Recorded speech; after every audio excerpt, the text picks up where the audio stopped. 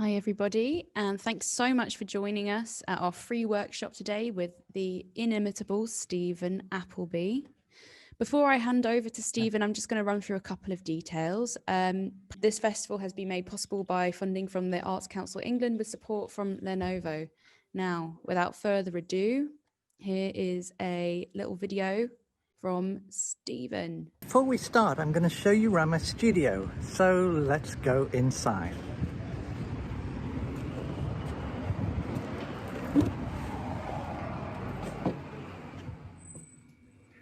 And here we are in the entrance.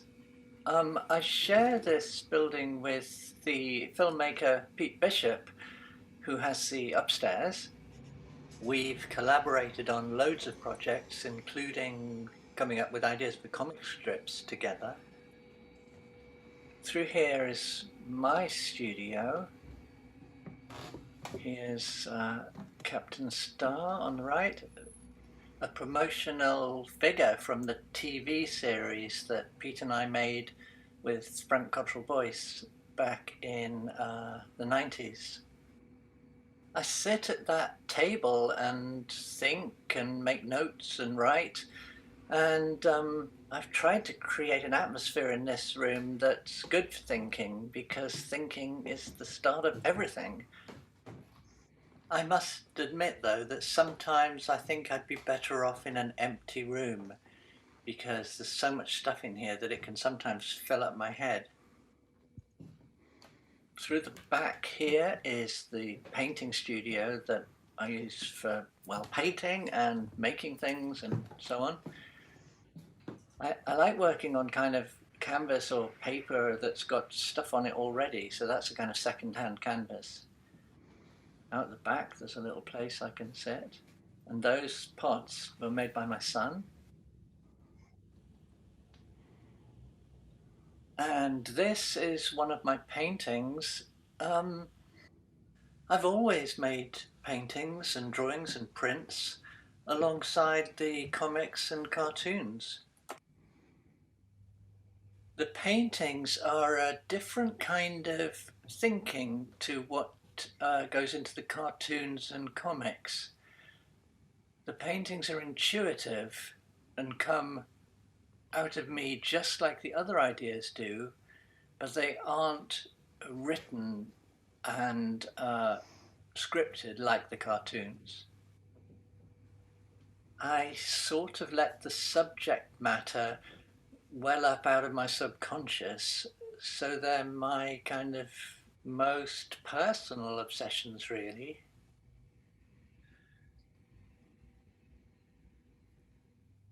Here's a selection of the books that I've done: comics, humor books, books on a theme, illustrated books.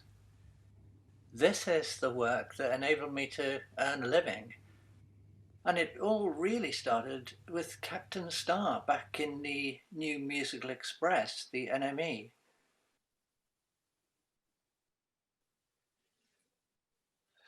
When Star ended in the NME, it moved into the Observer, and finally, eventually, onto television. Let me find you a fresh bath mat. No, thank you, Jones. Bath mats are unhygienic. Within a few years of starting with Captain Star in the NME, I was drawing strips in The Guardian, The Observer, The Times,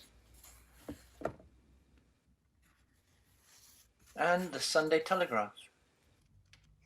People used to ask me where I got my ideas from, so I did this cartoon.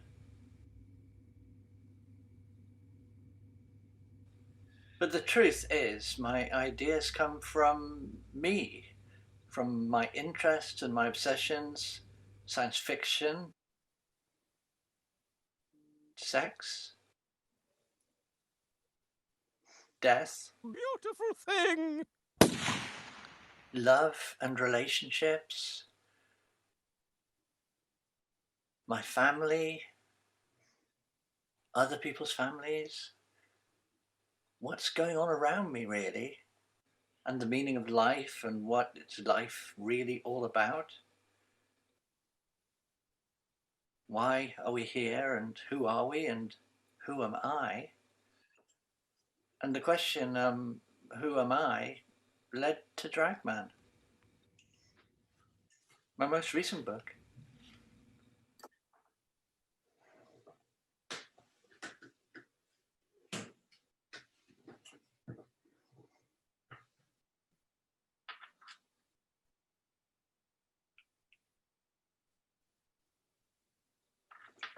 Thank you, Stephen. Now I'll hand over to you. Thank you. Thanks. Well, hello everyone. Thank you very much for joining this group. Hi. I sort of said what it was about at the end of that film. The film looked quite broken up on my screen, so I hope it was clearer for some of you. Here's my studio again. So basically, I'm going to kind of talk about those obsessions really, and how all my work comes from that.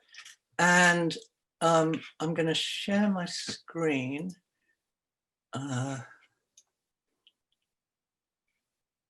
Is that working, Hannah? Yes. Works fine. Cool. I'm going to talk about Captain Star and kind of how that came about, and the ideas behind it and what sparked it all off. Here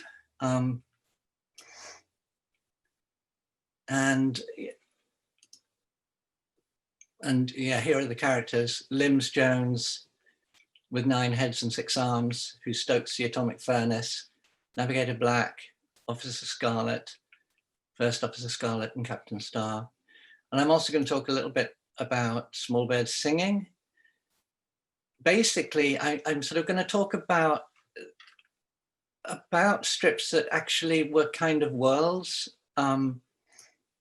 Here are the Small Birds Singing characters as created by my cousin Linda in her films.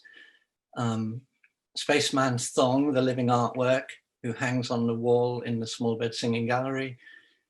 Consomme, Spandisman, Delphinium, who was the victim of a tragic cosmetic surgery accident, and Hurtle, the masked butler, who's a bit of a mystery. He's got a secret life, obviously. And then I'm going to go on to Dragman at the end. Dragman, who started in The Guardian in 2002, and over about the next 10 years, there was maybe 10 strips, perhaps. But they weren't really a world. They were just me finding a kind of outlet for my cross-dressing. And it eventually did, the problem with Dragman was turning it into a world, which I eventually did. So basically, I'm going to try and talk about sort of how I see life and the world, really. And to start with, I'm going to go back to growing up, because I grew up in this old vicarage up in Northumberland, in North Northumberland, near the Scottish border. And it was a kind of amazing house to grow up in. My parents bought it around about 1958, I think, when I was a couple of years old. And we moved in, and it had sort of 8 bedrooms and 2 staircases. And there was a room that for years was just full of furniture, chairs and things. Lots of sort of rooms that weren't kind of used initially. And I sort of grew up there surrounded by boxer dogs, and it was kind of a magical place to grow up. Boxer dog drawing. There's my mum and dad. And I read their books, and my mum's Flash Gordon books, my dad's encyclopedia type books, and sort of played imaginary games and things like that. Read Swallows and Amazons, if you watched the Swallows and Amazons film that I made for the festival on Windermere. And basically, I made little books as well. When I was a kid, I had a pet hen called Tuffy McGruffy and made Tuffy McGruffy books. And outside, there was a sort of backyard because the old vicarage had been a farmhouse before it was a vicarage. And there were outbuildings, and one of them had the local amateur dramatic society sets stored in it. So it was kind of a sort of a kind of adventure playground, really. There were old tools left by the previous occupants and so on. Somewhere to kind of explore and so on. And I think what happened with me when I went, here's me going to art school, was as I grew up, that kind of imaginary world where everything or anything was possible, the kind of, you know, secret door that you open with a magic word, or, you know, a lamp that you rub and a genie comes out, or all those kind of magical things that I sort of believed, Santa Claus, obviously. And as I grew older, that sort of, all that kind of faded away and the world became much less rich in terms of possibilities, I suppose. So here's a strip. When I was at foundation course, I made, I sort of hid objects inside blocks of plaster of Paris. It was not concrete, but I used that later on in the Guardian cartoon. And also at art school, I came across the work of Edward Gorey, and that was hugely important for me. And I suppose the way I kind of see the world is that it's it's interpreted within our heads. So we each have our own version of the world that we live in. And Donald Trump obviously has his own, for example. And they kind of overlap. I mean, I've got an Edward Gorey doll, like the one he used to make these dolls. And years later, I went to meet him, and he gave me one of the dolls that he used to make whilst watching Batman animated TV series. So it's a kind of, I don't know if you can see, this little sort of stuffed beanbag toy. And I guess, you know, my world and his overlapped briefly then.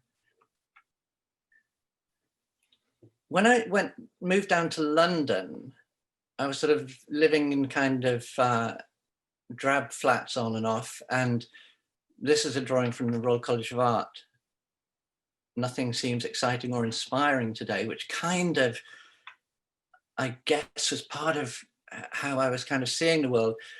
And it caused me to be kind of really interested in sort of ordinary daily things, the mundane things of everyday life, and somehow kind of what I started to do was make a sort of imaginary version of reality. And I think because it's sort of based in reality, it, you know, even though it's my own sort of version of it, it connects to all the other overlapping realities that we all have. Party time at Mr. Unpopular's house. This was my, Style Conscious was my very first newspaper pocket cartoon, once a week on the style page of a newspaper called the London Daily News that only lasted a few months. I was also kind of escaping from reality by reading escapist kind of science fiction and so on. And so from Philip K. Dick was my particular love. And what I got from Philip K. Dick particularly was that nothing is quite as it appears to be. Nothing is as it appears to be. There's layers of reality. You know, in Philip K. Dick, people who are dead can turn out to be alive and vice versa. And, you know, people can turn out to be replicants or androids or whatever. And so from Philip K. Dick, I got this really strong sense of the world being sort of real or unreal. And I like that sort of, that mixture goes through everything that I've done, really. Here's a drawing that sort of illustrates that thing about us all living in our own version of the universe, our own version of reality. And we have these shared things. I remember, I think I heard, I've lost his name now, the Labour Prime Minister, who was in power for about 3 years, Tony Blair. And I think he said something, he talked about an Alice in Wonderland version of politics or something at one point. And I thought, yes, you know, that's really interesting, because it just sort of suggests to me that you can have your own version of that. And, you know, people come along, they have their own version, Trump, for example, very powerfully, and it changes things for everybody else. Here's a drawing from a book I illustrated that Black Francis from the Pixies wrote. And it's just these different layers of reality, the past, your world, music, the character in the book's world, the future, the world of television and moving pictures, physical world, love, and so on. And sleep is another of those worlds that's sort of different. I did a whole project on sleep for the Royal Brompton Hospital, who have a sleep department, a sleep center to study sleep and cure people with sleep problems. This is a huge glass screen with lots of sort of bits and pieces from my sort of, I don't know, iconography. I mean, teacups have always featured in my work, for example. They're a symbol of like normality and kind of everyday normalness. Teacup again. And it's nice how the glass screen casts, you know, colors from itself when the sun comes through it. And this drawing I did at that time also seems to sum it up. Am I awake or am I asleep? You're asleep, and then it's crossed out and awake written in. And that just seems to sort of sum it up, really. And these are dream pictures that are in the bedrooms in the sleep center. Heads painted on the glass and sort of dream things going on in the background. And so thinking for me, like I said in the little film, is kind of where it all starts. Thinking about what on earth is life really all about, and everything else, and ideas. So the kind of things I think about are sort of pointless things, meaningless things. These are meaningless objects. And they then come into a sort of sense of reality if I make them out of ceramics. This is something unnecessary, something meaningless. A machine for looking out of the window. Guardian cartoon years ago. Something important happens, but not here. A nude man is found lying face down on a Saab. That's an example of the kind of idea that just pops into my head fully formed. I walked up the road and presumably saw a Saab, and just the phrase, a nude man is found lying face down on a Saab, popped into my head. But sort of nudists crop up quite often in my drawings.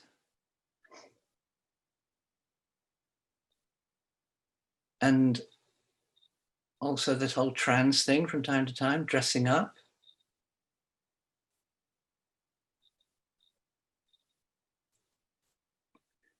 Fancy dress parties, always a fun thing for me in the sort of late 90s, early 2000s. And I was, and still am, obsessed with Catwoman. So that's a kind of way into Dragman as well. A book where I'm playing Fanny Smith, country and western air guitarist and air fiddle player. And Dragman, who cropped up in The Guardian, was really an outlet for sort of the cross-dressing idea. And that was almost 20 years ago, 18 years ago. And back then he basically just had little sort of light-hearted missions. Dragman was a man who had superpowers, or at least could fly when he put on women's clothes. And all of that led to my world kind of creeping out from flat pages and so on into a theatre show about my secret world, from which that image comes.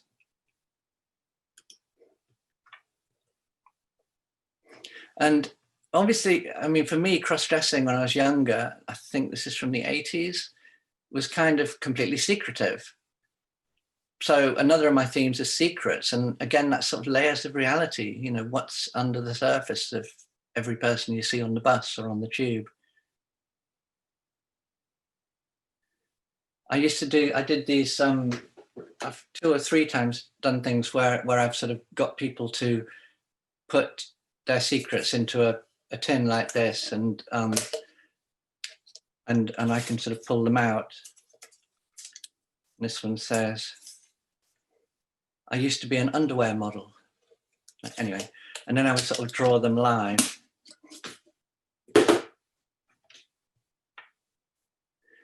Again, what's under the surface? You know, we can see the surface of everyone around us. And even people we know well, we don't know what's under the surface fully. Here's an example, 3 nudists wearing clothes. And a man dressed as a woman, dressed as a man. All these sort of layers of reality. And the thing that that always kind of amazes me is this map, which I did for the Wellcome Trust, is kind of how I see things, which is that, you know, this much is known, and all of this other stuff we can still kind of invent or discover or imagine. And this is a tiny film. Let's play that.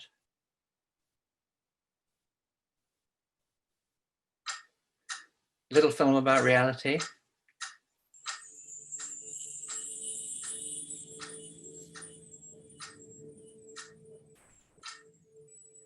I don't know whether you can still hear me while I'm doing this, but a sort of fictional version of me, real me.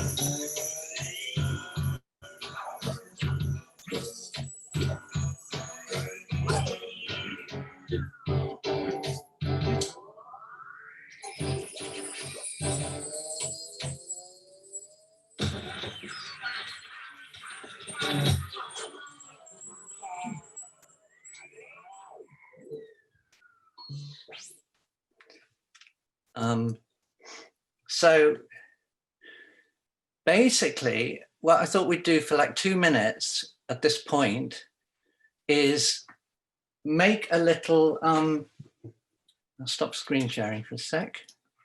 Make a little list of things. I mean, I was doing this the other day and sort of ended up with a huge kind of list of things.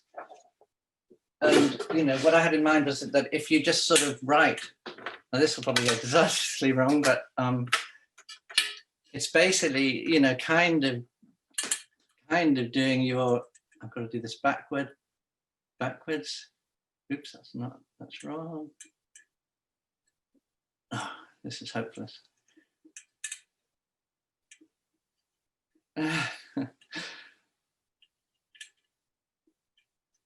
Anyway, obsessions. I call them obsessions, but they can just as well be called sort of fascinations, or, no, I've spelled that completely wrong, or whatever. So basically things that you sort of passions that you have, kind of love, oh, I'm doing it wrong, backwards, wrong way again. Loves, think I'm going to have to give up on this. Anyway, sort of perhaps loves, hates, and genres, and they can be things. For me, they're big things, esoteric things like meaninglessness, sex, death, time and aging, secrets, reality in general, why we all believe what we do, why people believe what they do. And then simple things like cups of tea, favorite things, breakfast, sleep, crockery, ordinary things. And for me, genres are things like science fiction, surrealism, mysteries and thrillers, and so on. So, I mean, if you just jot down a few things for a couple of minutes.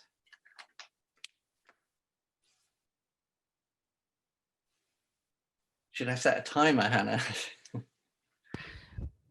You could, so which categories do all these things fall into? Is obsession, is meaningless something that you hate, or is it something that you love? Or Yeah, I don't personally. And we've got a request to show the grid again. Do you think you could hold it up so they could copy it down? Yeah, I mean, where have I put it? I mean, I call them obsessions. That's my sort of word. But I mean, I heard on Radio 4 the other day a reading of a book about Tom Stoppard, and he called them enthusiasms, which is maybe a better word than obsessions. And I don't tend to have many hates, so don't worry if you've got nothing under hates. I mean, I think genres is useful if you're creating work, or maybe there's a better word for that. Mm-hmm. And will you want to see some of their contributions? Well, if yeah, I mean, it'd be lovely to hear one or two. I mean, whether, I just think for making work, for me, making work, it has to be something I'm interested in. So I really struggle if I ever get given an illustration job for something that doesn't excite me. And what I try and do is then shift it into one of my enthusiasms or passions. And one of the tricks I've used a lot over the years is to throw aliens in because it's, I mean, one book that has never been published, but I worked on and off with my friend George Mole. It's called Daily Life on Other Planets. And it's just a lovely way to shift anything. So, money, politics, I don't know, antiques, anything you can think of, gardening. Oop, there's my 2-minute timer. Anything you can think of can be shifted onto, another planet, sex on other planets. Trying to find I mean, the sort of sex and reproduction, and the plant people have to wait to be pollinated. That sort of was in the beginning, I think, as well. And I don't know. Here's another spread, genitals of the universe. So basically you can kind of comment on our life, on our world, by shifting it all into the alien sphere. So anyway. So would anyone like to share what they've written? Heather, would you? I will unmute you and add you to the spotlight so you can speak. Hi. I've got, in my loves, I've got dogs, Carlos's cakes, tea, cushions, comfort, Chinese food, warmth and puppets. In my hates, I have mud, dog poo, liver, being poor. In my things, I've got cardigans, mugs, paintbrushes and plastic bright things. And my genres, I've only got adventure. I haven't got further with that. Yeah. No, no, that's great. I mean, yeah, dog poo. We've got a dog, and I can, totally agree. I hate the picking. Yes, picking it up is really like unpleasant. Yeah. Yeah. And I'm really glad we've got a tiny dog, not one of those huge giant dogs. But anyway, yeah. Yeah. So I mean, so absolutely, any of those can be sort of combined, and I'm going to kind of carry on and talk about Captain Star and what things are, how my obsession. Does anybody else want to say anything before we? Yeah, don't be shy. Neil, would you like to speak? Well, he actually can't answer, so I'm just going to. Rob Price is putting his Is hand Rob up. Price waving? Yeah. Okay. I can only see a small number of people, but Yes. Hi, Stephen. Hi. Hi. Some of this is a bit personal, so I'm going to omit some of it. Yeah. For the loves, freedom, nature, languages, print, people and books. And then for the hates, unfairness, Brussels sprouts. But I've also got people in there sometimes with brackets sometimes. Things, the beach, comics, technology, books, and also genre, SF, mysteries, and comics. Yes. So I'm sure I can add loads more to this list. This is cool. Yeah. Well, language.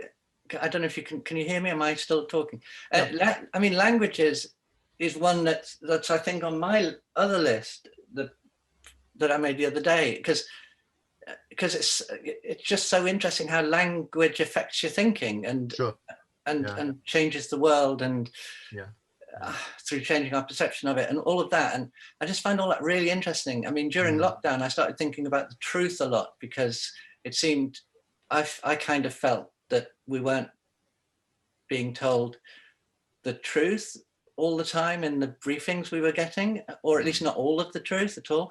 So it just seemed to me that the sort of consensus of reality that we live in relies on being on the truth, and obviously fake news and all of that. And I wonder how it undermines the sort of consensus that we all live in if we're not told the truth, if that makes sense. Yeah, sure. Anyway, so I was wondering, could I do a book about that, somehow? And if there's No, I was just going to drivel on about if there's another Dragman book, maybe there's some sort of superhero to do with the truth and undermining the truth, but then it's so in the atmosphere at the moment that that might not be something to do. But anyway, language. Shall we move on? And if anyone else, there'll be other opportunities to share. I just wanted to quickly say that the thing about language, and there have been reports recently about when you speak different languages, you think differently.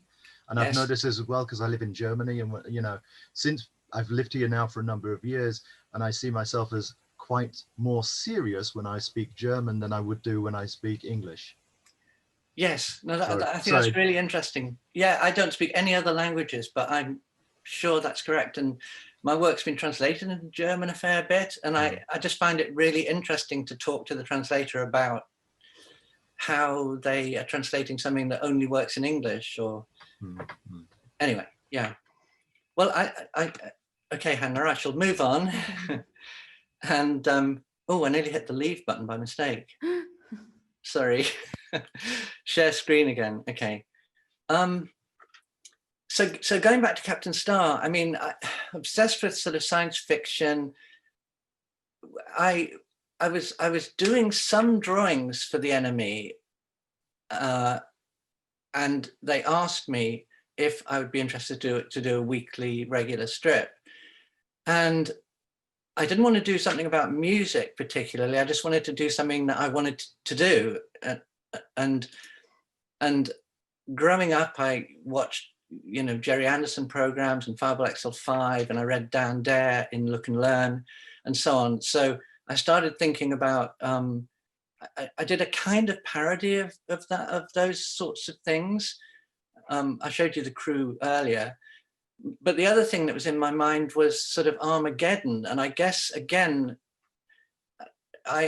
I had an old American car at that point, and the whole sort of 50s look and the 50s sci-fi, and back then there was the fear of nuclear war. So I had this kind of Armageddon scenario where the missiles hadn't gone off for some reason.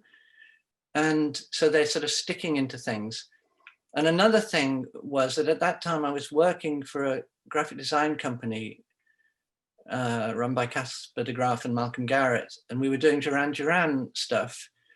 And I was particularly involved in merchandising. So I was kind of doing all this kind of Duran Duran bubblegum cards and greetings cards and Duran Duran balloons and various things. And that all somehow fed into Captain Star.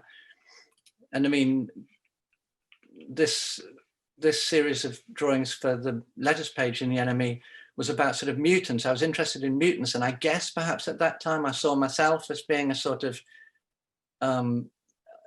abnormal person, because back in the 70s, 80s, this would have been about 85, around about 85. And I, living my secret life. So I was sort of interested in mutants. And again, I suppose that related to the Armageddon stuff. So the way I developed Captain Star was to have a little notebook, which is somewhere here, yeah. This little notebook, which basically I wrote lots of little phrases in. 11 years have passed since Captain Star last received an order from Mission Control. And the 11 years is interesting because it took my mum 11 years of trying to get pregnant with me. So I think I just threw that in as a sort of picking a figure. But, and then I did the drawings, and the idea was that what's happening in the drawing, there's one of, the rockets are in the background of most of them. The captain is obsessed with hygiene, like bath mats are unhygienic, and cleanliness. And underneath the strips was the sort of exciting story, but nothing was happening in the actual drawings, really. So I kind of carried on what has happened to Mission Control. I was trying to set up a kind of mystery. They appear to have abandoned Captain Star. And he sits in a wheelbarrow for no reason that I can recall. And he was only their local butcher in that one drawing, never again. And the sun taunts Star by being up where he wants to be in space. A rocket poking through the wall of the captain's bungalow. So that was kind of my way of just sort of coming up with a sort of fleshing out the ideas, kind of finding a way in, really, by writing these phrases. Captain Star never ceases to hope, never ceases to dream of other worlds. Edward Gorey comes in again, because what I learned from Edward Gorey particularly was that you don't have to tell a story A, B, C, D, E. You can jump around and have these little moments. So you can go B to M to A to P to whatever. And that's kind of what happened, and something inconsequential can happen at the end. They entered a tunnel in the Iron Hills and didn't come out the other end. So with Captain Star, I just sort of shuffled up these single drawings and to make them into a strip. So they didn't really have a punchline. They just had an atmosphere and a kind of conclusive moment. And I mean, for Dragman, it was really important as well, because I sort of wrote various bits of text, and the one that starts the book sort of came, I don't recall when I wrote it exactly, but it came from somewhere subconscious. And it just starts, the first line or so goes, "It is elephant light, that strange smoky time just before dawn, when the burnt black sky is shot through with gashes of vivid acid yellow and green. Fools gather at elephant light, goes the saying. and people repeat it without knowing what it means, without meaning anything by it. And this idea of elephant light, I mean, I don't know what it is. I don't know where it came from in my mind, but somehow it gave me a kind of atmosphere I could work with. So, and also Captain Star is full of the kind of references to nothingness and emptiness. I mean, I always had a soft spot for this strip where Lims Jones visits Captain Star in his, because the captain's been waiting 11 years for orders from Mission Control and nothing much is happening except like a soap opera. Lims Jones visits and the captain has a vacuum flask in a glass case and Jones opens it and says the flask is empty, but Captain Star keeps a small piece of outer space in a vacuum flask as a memento of old times. And Jones has let it out and the flask is still empty after he's opened it, and it was empty before. Anyway, yeah, I just kind of like the sort of nothingness of that, and this sort of thing as well. Pointless objects again, objects that do nothing. In space, the captain always brings these helpful, fun, and useful things.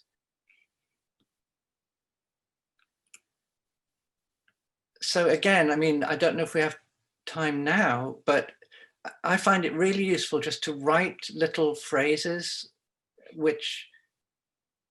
which in the Captain Star strips almost often contradict the drawing, but or are set in a different time period or whatever. But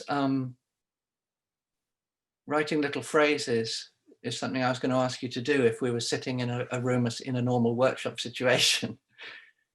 Hannah, do you think there's time, or are we running out already? Of course, yeah, there's time, and then maybe we can hear one.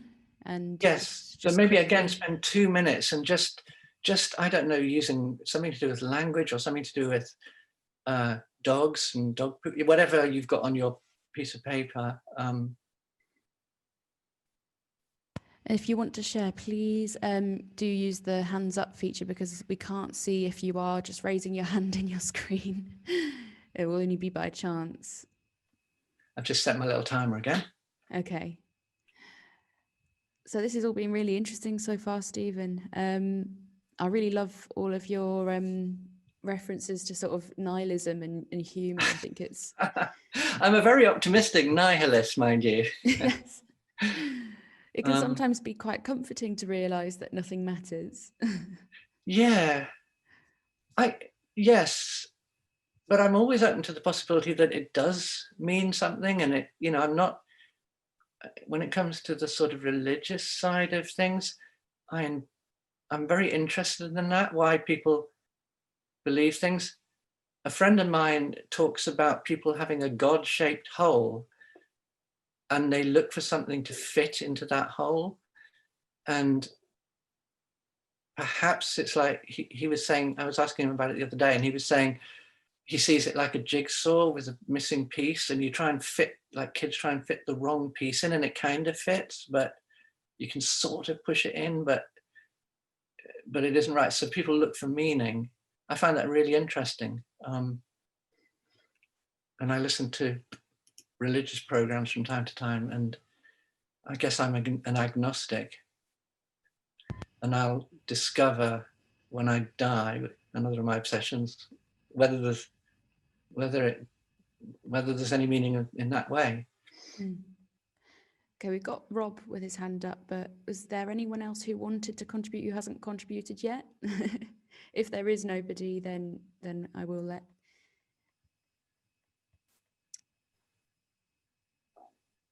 Okay, nobody? If you don't know how to use raise hand, go in the chat if you want to speak.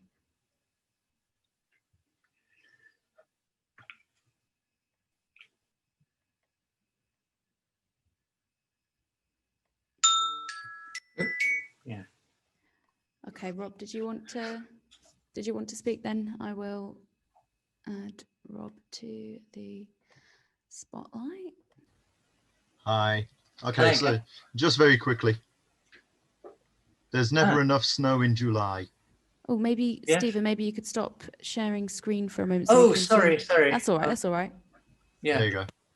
just, I don't know why, it just came to me, just a funny little phrase, there's never enough snow in July.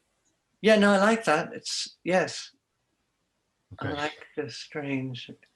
Yeah, there should be snow. There should be snow when it's warm, shouldn't there? So that we can really love it. Yeah, then you get Yeah. the best of both worlds. Yes, yes. Okay, thanks. Cool. Okay, thank you. Thanks, everyone. Well, I guess I should carry on again. Sorry, I forgot I was sharing my screen. You'll have to remind me, Hannah. Yeah, I mean, yes, I love the way as well with a comic book or something like the Captain Star little book. It's got a little magazine in the middle of it, which is Jones's kind of view on things. And then it's got a game you can play. Jones has been dismembered and you have to collect his various parts. And you get, so it's kind of like the book interacts with the reader. Do you know what I mean? So it kind of pushes out off the page into the world. And that also happened with Star, you know, because I did a sort of badge offer, with these sort of little badges when I was doing Captain Star and the NME, and I got lots of letters back. And that, again, kind of extended the strip in my head out into the world. And I made things like, you know, rocket condiment set, salt and pepper pots and so on. And then it got extended into the world in a different way with contributing a tiny amount to the Pixies' fourth album, I think. Yes. And so on and so on. But I'm going to jump on a little bit because, you know, and of course it became an animated TV series, and you saw the bit where Star needs another bath mat. Small Birds Singing has a similar, I mean, my obsessions sort of overlap. Hurtle, the Mars Butler, who you don't know, and I don't know even, you know, one day maybe I'll discover why he wears a mask. He's a member of the Society of Masked Butlers. And here, Spandisman, the brother, you know, is obsessed with time passing, death, and sex.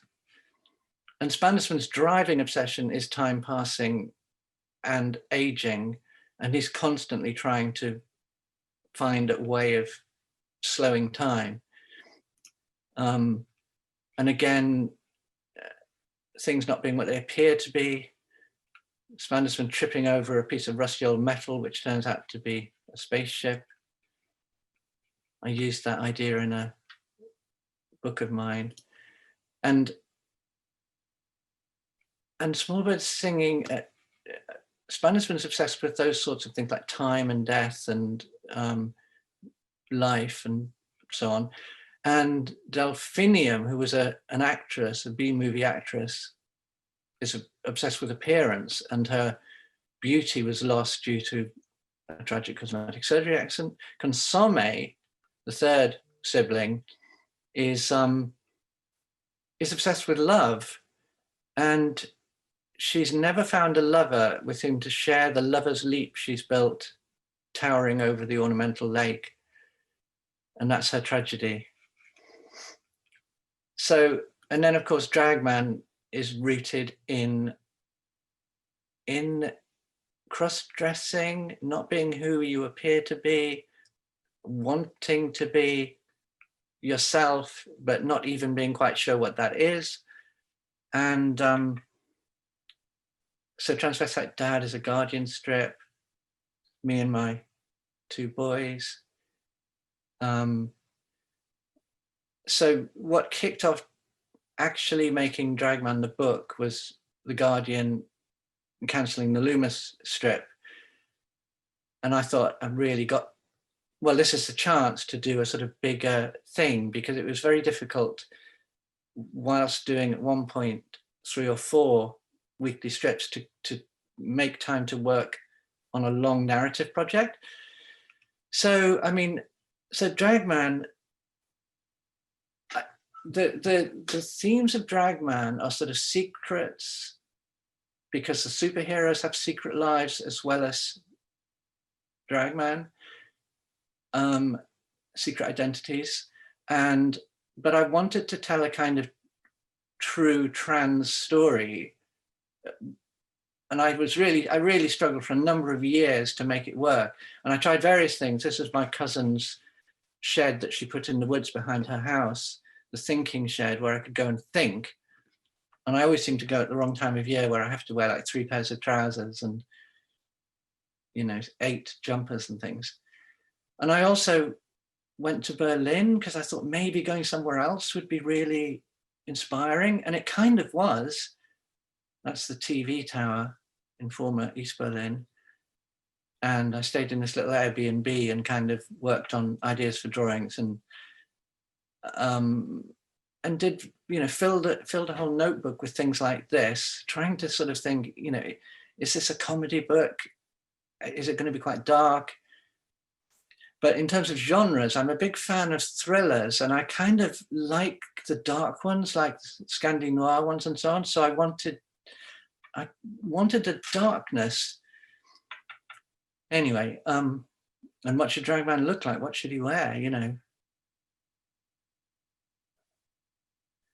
And then, of course, wanting it to reflect the kind of true trans experience, certainly the cross-dressing experience that people of my age had through, say, the 70s, 80s, 90s, of feeling ashamed, a weirdo, sick, whatever that.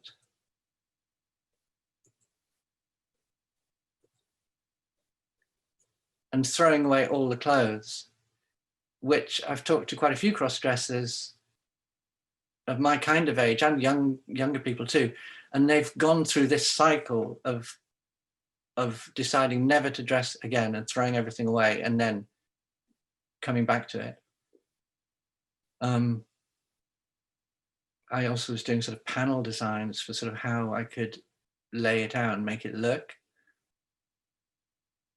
And here's the finished book where that section got in about throwing everything away. I wanted to talk about creating characters as well. I mean, Dragman for me didn't come alive until I got his name. For years he was called Dennis because that was his kind of slightly, I hope nobody's called Dennis is watching, but to me it was a slightly ordinary sort of name that reflected his sort of, his male life was kind of a bit monochrome, and when he dressed, it was like fairy lights come on. And Mary, his wife, again, I wanted a name that was sort of special and unusual. So she's called Mary because she's named after both her grandmothers, who were both called Mary. And they both think that their Mary comes first in the Marys. So it was kind of trying to find something that sort of worked in a slightly light-hearted way. So the name I came up with eventually for Dragman was August Crimp. And after that, he started to come alive. I went to New York and was painting a hotel bedroom. And I thought, oh, maybe I can set Dragman in New York. That would be cool, like, you know, Batman in Metropolis or something. But that really didn't start well. It just didn't work. Then I had an exhibition in Mallorca, and I was there with a friend, and she said, how's Dragman coming along? And I said, oh, it's not working. And we had a big sort of, not fallout, but a kind of fight, because she was saying, oh, just get on with it. And I was saying, it's not that simple, you know, and so on.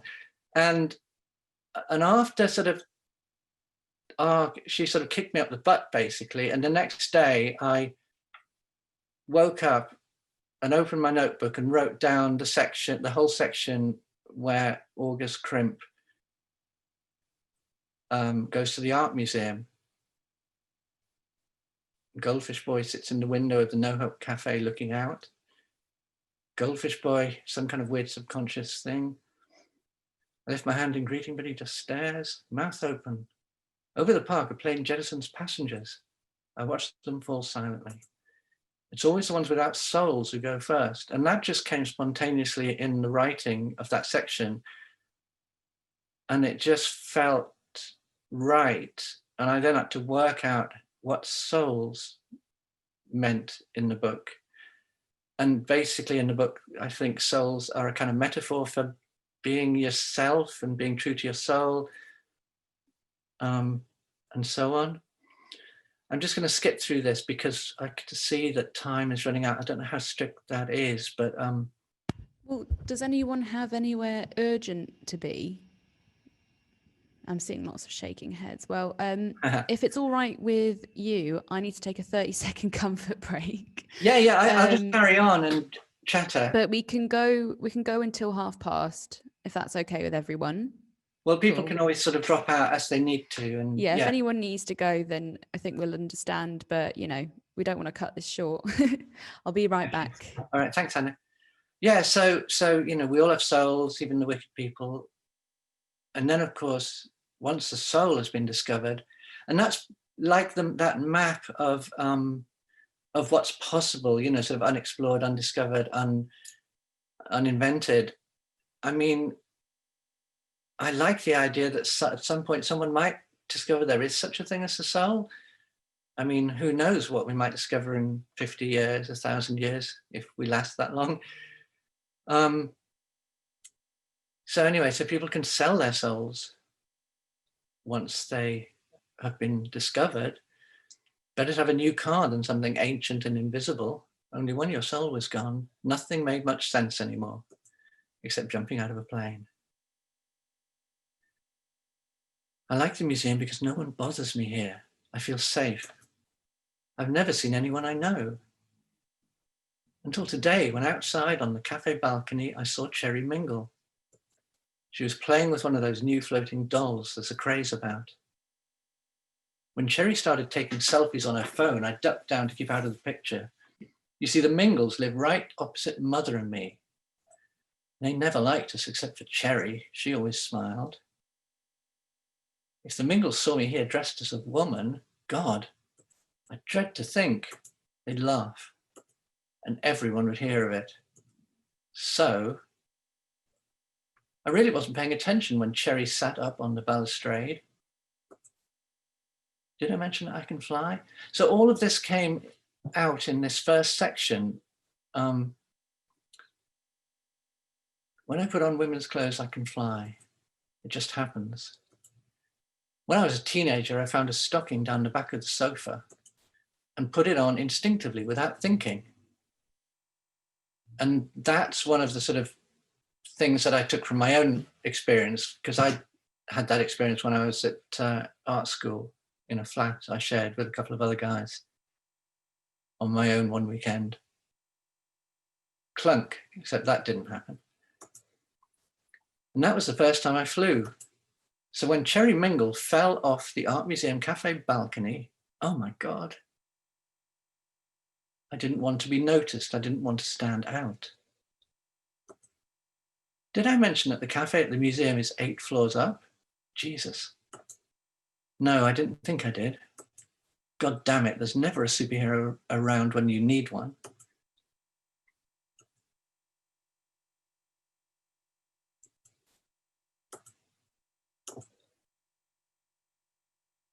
So Dragman kind of outs himself to Cherry Mingle by having to save her. And that was kind of the key into the book. And I sort of knew that the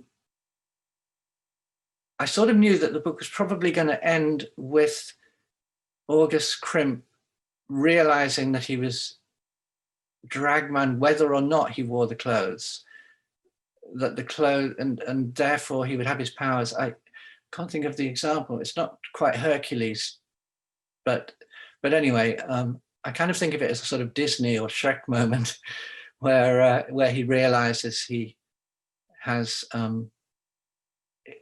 when he is true to his soul, then he can fly even without the clothes. This drawing is a very early drawing. I think it's the first finished drawing I did. And I always kind of expected to replace it with a better drawing or whatever, but I never did, and it ended up being the cover.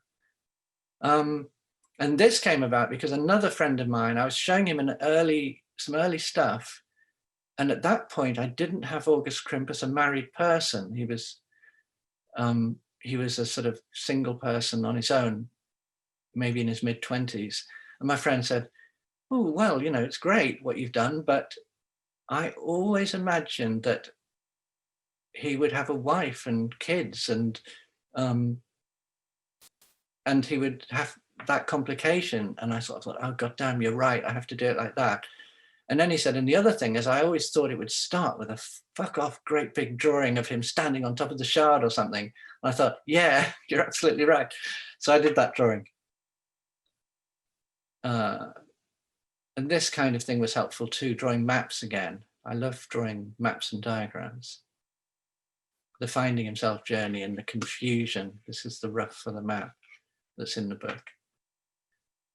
And I did all the kind of things that you learn, you know, like write stuff on cards, shuffle them around. I tried to get an atmosphere going with candles and everything. But it was a real struggle. And I would make diagrams like this of, you know, August in the center and all these people around in different worlds again, normal world, trans world, superhero club world, and so on. And I did this sort of a thing, which took me like days, and then I would never really refer to it again because immediately I would make changes and I couldn't be bothered to move all the little bits around. But I guess it was probably helpful. I can't swear to that. One thing I always do find really helpful is to have a title and a cover. I mean, this was an early attempt at a cover because I was thinking the outer cover could be like the male clothes, and you take the outer cover off and inside is the female version, but it didn't really work. Another of my sort of things that I've started to use a lot is ambitious and engaging, which a friend of mine's son said. He described a film he'd been to see when he was asked what it was like as ambitious but not engaging. And she and I both thought that was completely brilliant, and that ambitious and engaging was kind of what something needed to be. And that was what I tried to make Dragman be. So I mean, so quite often I will design a cover early on for a book. I did that with Jim, the Knights of the, you know, this is one of, you know, in the old days when I used to sort of make kind of dummy books using the right take number your screen off the sharing, Stephen. Am I sharing? No. Yes, you are sharing. Well, yeah. Maybe, anyway, let me just see if there's anything else I should show you. Not that much, really. I mean, it's the other images are just to do with sort of dog girl and so on. But so I mean, the tips for me are kind of, you know, taking things from your own passions and fascinations and stop the sharing. Taking things from your own passions and so on. That's what I always do. And I'm trying to think of a new book project to do at the moment, and sort of shuffling up my interests and obsessions at the moment. And because, you know, one of my tips for me is that I want to surprise myself. If I'm boring myself, then it's absolutely hopeless. And if anything, and Dragman had that problem for a long time. But once I started putting the souls in, and Goldfish Boy, and then Dog Girl, who came to life very quickly, it started to interest me, like, oh, what's going to happen? You know, if I totally know what's going to happen, that doesn't excite me either. I like to not really know. So it's kind of starting with a title and designing a cover so I can kind of imagine the finished book, like with the Daily Life on Other Planets. I even write a contents list sometimes. And then using your own obsessions, because I've always felt that, you know, I'm not in any way unique. There must be loads of people with the same interests or the same obsession. Well, there obviously are, because, you know, people turn to all sorts of things to find meaning in life and so on. So those things will connect with other people. So your obsessions will connect with somebody else. And a creative writing group lady friend recently told me that she really liked a phrase that another novelist had said, which I can't remember who she said it was, but she basically said it's a crime to bore your readers. And I think that's true as well. That's a good thing to bear in mind. And, you know, similar to my one about sort of not boring myself, and the crime not to surprise your readers and surprise yourself. I also try and make the work for myself and a few people who I've sort of known, like Malcolm Garrett from Assorted Images. I will still test ideas out on him, you know, back from the early days of Captain Star when I worked on Duran Duran merchandise. You have to make it for yourself, you have to surprise yourself. That's kind of it, really. And I also find it very liberating to not worry about an A to B to C to D story. Although ironically with Dragman, as I tried to go off down tangents and mess the story up, because I was also attempting to sort of do a sort of thriller genre, I found if I went off at tangents like I would have done in Captain Star and Small Bed Singing, it lost momentum and it lost page turningness. So Dragman is much more traditional, the most traditional narrative thing I've done. I think that's kind of it, really. I can't think of anything else I need to add. I mean, has anybody got any questions? Or did you want to set them a task to do in their own time, which they can email you? Oh, yes, that would be excellent. Yes, definitely. Yes, because if this was a workshop, I'd be sort of walking around, I'd be saying to do something, and then I'd wander around and look at what you're doing and everything. So I think basically the task really would be to take your passions and genre loves and so on, and then write some of those sentences. Try and bring the passions things together in some way. Just write half a dozen or a dozen sentences. Do it like a sort of what's it called? Sort of automatic kind of stream of consciousness thing, perhaps, and then draw one of them. You know, like I did with those early Captain Star ones, wherever they are, and I don't know if you can even see that because I'm not sharing my screen, am I? But yeah, the early Captain Star things. And send me one or two or three or a sequence. And yeah, I'd love to see them. That's really what I'd like you to do. If you want to send in your finished copies, everyone, we will be sending an email out for an address for you to get them into. And I think, yeah, that'll be really nice. So if anyone's got any questions, and I'll respond to them all and so on, yeah, with comments. But the only other thing I'd say is that if people aren't, I don't know if everyone's used to drawing or an artist or anything or whatever or not, but don't worry about doing kind of wonky, you know, wobbly drawing or whatever. It doesn't have to be. I mean, look at this. It's kind of. We've got a question from Rob Price, who wants to know if back in the 90s you got any backlash from your readers because of transvestism being a sensitive issue. No, I didn't. Basically, no, I didn't. And I mean, in the 90s, I think I was probably disguising it. You know, so for example, going back to the alien thing, you know, I would have, you know, somebody's husband turning out to be an alien dressed as a man or something. So it was kind of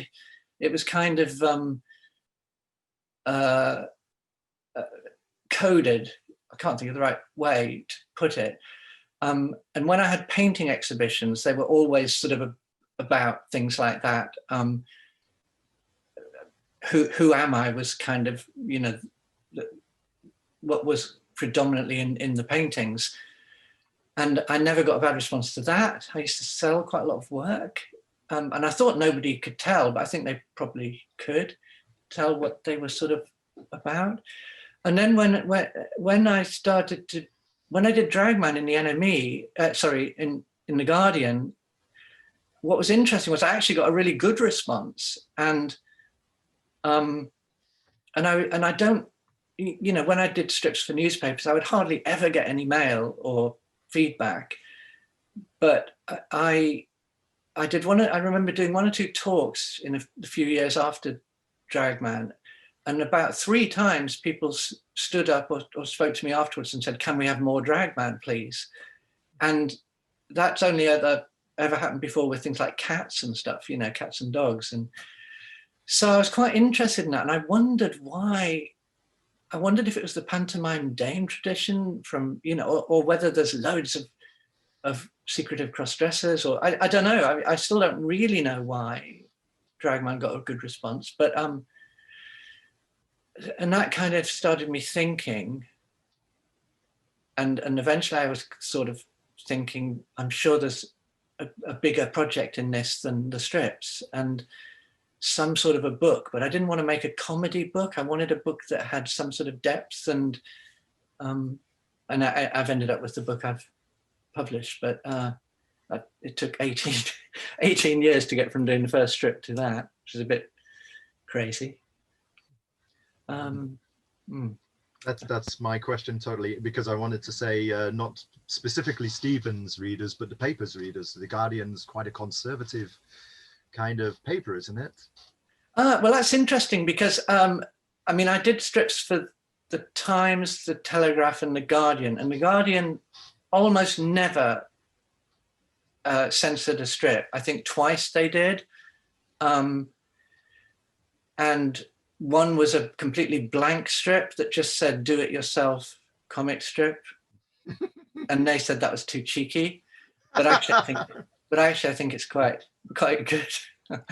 Good, perfectly all right. But anyway, and no, they had no problem. The Telegraph was really fussy. I basically couldn't do death, sex, and religion in the Telegraph. For that Sleep Center project, I was steered away from death, religion, and anything that would frighten people who were in hospital, which is understandable. I can completely see that.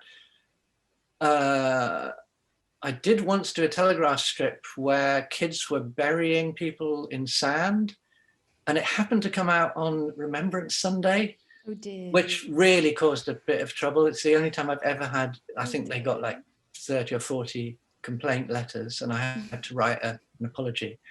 But that was totally unintended, you know, it's just, anyway, and I think yeah. we've got time maybe for one more question, and I've had Sure. 2 come in. Cool. So I'm just going to pick one. I'm sorry if you don't. You're Sorry, always I was welcome going to on too get long. in touch with Stephen if you have Thank you, any burning Louise. questions. And also, while we're just sort of doing this, oh, there it is. I'd just like to mention that we have a donations link on our website. If you click the yellow heart in the top right-hand corner, it will enable us to bring Stephen back in person next year, which would be amazing. And so if you have got something from this workshop, and if it has been of value to you, then if you would consider donating, that would be fantastic. And yeah, big thank you from LICAF to Stephen and all of you for coming. Well, it's been a pleasure. Yeah, it's the first time I've ever done this sort of online thing, so it's been a bit stressful, but yeah, thank you. Thank you for coming. Or staying where you are, but coming at the same time. Yeah. Also, Stephen, I don't know if you can see all the love coming in through the chat. Yeah, I thank you very much, everybody. I really appreciate it. I don't even know how to do that, but And thank you. Now, should we have our last question? And before we wrap this up? Last question, yeah.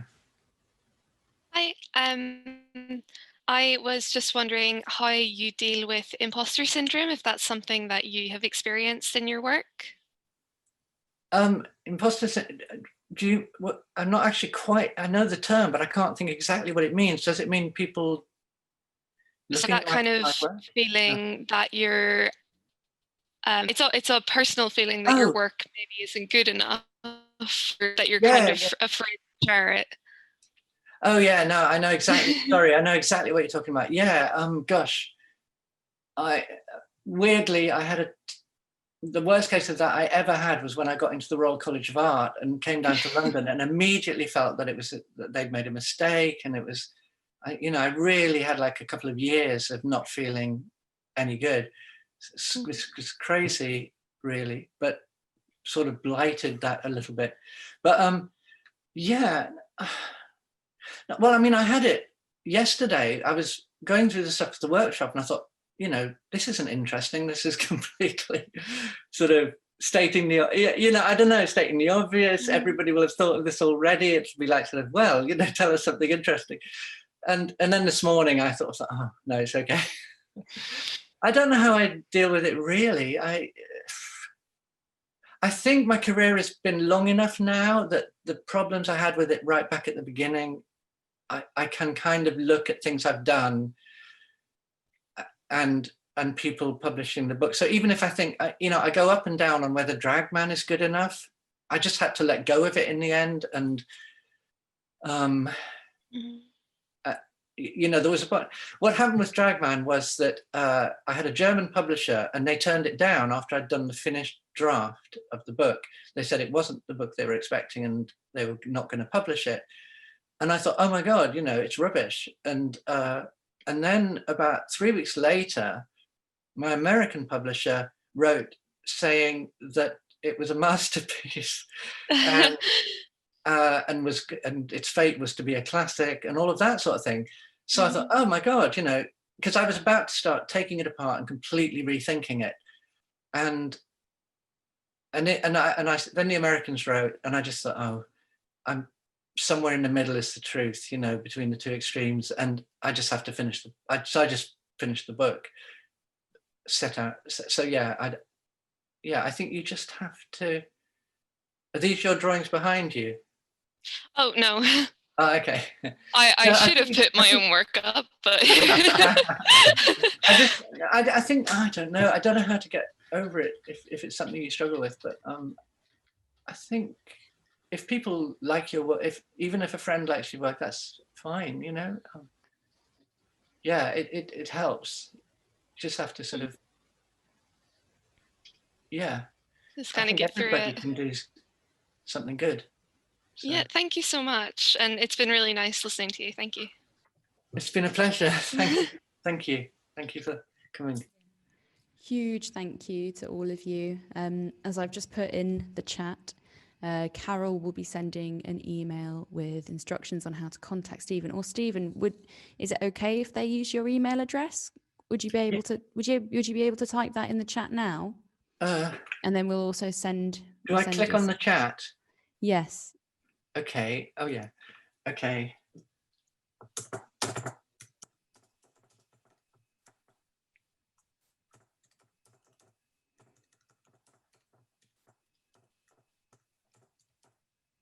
Just checking I haven't got it wrong. E.com. Have I got it wrong now? No, I think that's right. Yeah, I think it is too. But yeah, if everyone wants to send their stuff in and hold Stephen to his promise of individual feedback. And I'll apologise in advance if it takes me a week or two to reply, but I will reply. Yeah, thank you. It's been wonderful. Pleasure. Have a great rest of the day, everybody. Thank you. Yes. Bye. Have a good day, everyone. Bye. Bye.